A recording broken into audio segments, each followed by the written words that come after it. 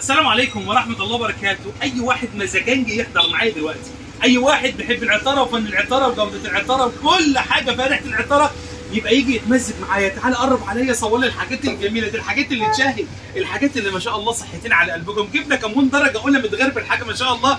جبت معاك الكركمين هنا، والكركم لا ده أحلى من الكركمين وسعره بسعر الكركم العادي، حاجة ما شاء الله. جبت معاك الجنزبيل مطحون على إيدي، شغل إيدي كله. جبت معاك هنا الفلفل الاسمر البرازيلي البي 1 يعني درجه اولى، يعني جوده وطعم وريحه ومذاق كمان. جبت لك هنا حبايه جوز الطيب على حسب الحكم الشرعي، ولكن احنا بنعرض شغلنا وده اللي يهمنا. اهم حاجه جبت لك هنا القرنفل الدرجه الاولى، حاجه ما شاء الله عاليه الجوده، حاجه ما شاء الله في منتهى المذاق العالي والجمال. داخل عليك الشتاء، عاوز تشرب شاي يبقى لازم تروح على طول على عطاره بيت التوابل من شيخ عبد الرحمن. جبت لك جوز الهند هنا الخشنه، لا وكمان الفول فات يعني كامله الدسم، يعني الدسم كله، يعني زبده صافي، زبده فلاحي، زبده درجه اولى. يعني جبت لك فول فات يعني كامل الدسم. جبت لك الزبيب الايراني، لا لا لا لا لا لا لا لا لا لا، يكون عندنا مصر بجودته وحلاوته وطعامته ومذاقه وكل حاجه حلوه فيه. واجيب لك الايراني ده، انا جبت لك زبيب مصري درجه اولى بيرفكت، حاجه ما شاء الله ممتازه جدا جدا. بل جبت لك الجنزبيل، حاجه ما شاء الله، شغل ايدي طحن على ايدي. جبت لك الخلنجان، جبت لك تشكيله كويسه، تشكيله جميله. الكلام ده كله فين؟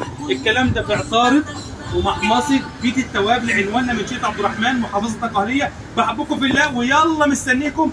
والجديد عندنا قبل اقفل معاكم الميكس بتاعنا، الميكس الحصى من عطاره ومحمصه بيت التوابل، صحتين على قلبكم. يلا مستنيكم. ومن اجود انواع البهارات جبت لك النهارده حاجه جميله جدا من الحبهان السوبر جامبو، حاجه ما شاء الله صحتين على قلبك. قرب معلش معايا التصوير كده يا محمود.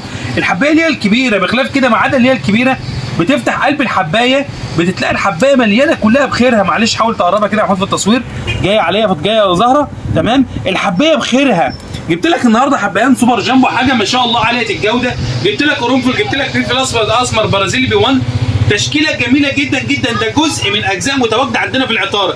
الكلام ده كله فين وبنص الثمن؟ الكلام ده كله في عطاره ومحمصه بيت التوابل.